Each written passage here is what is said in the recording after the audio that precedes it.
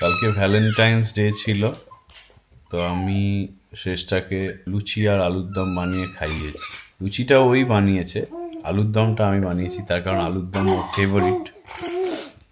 আর এমনি কোথাও বেরোতে পারিনি, তার কারণ হচ্ছে এখন আমাদের অনেকগুলো প্যারামিটার্স মাথায় রাখতে হয়। বার্লিনে তো ঠান্ডা কমছে আর না এবছর।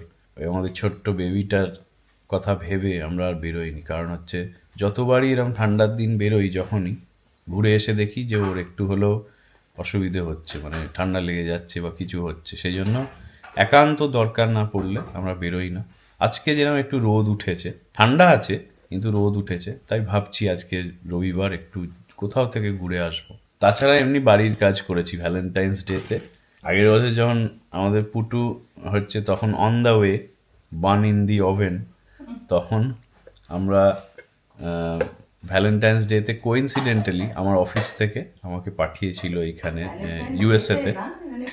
হ্যাঁ মানে ভ্যালেন্টাইন্স ডেতে পাঠায়নি অফকোর্স, ওই সময় ওটাই বলছি, কোইন্সিডেন্টালি ওই সময়ই পাঠিয়েছিল।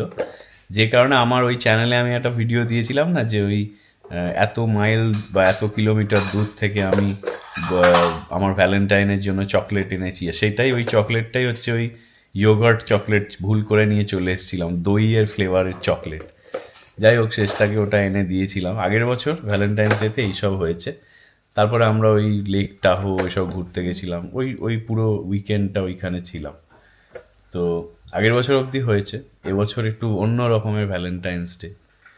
তো এখন we both have a different Valentine. হ্যাঁ, আমাদের এখন অন্য ভ্যালেন্টাইন।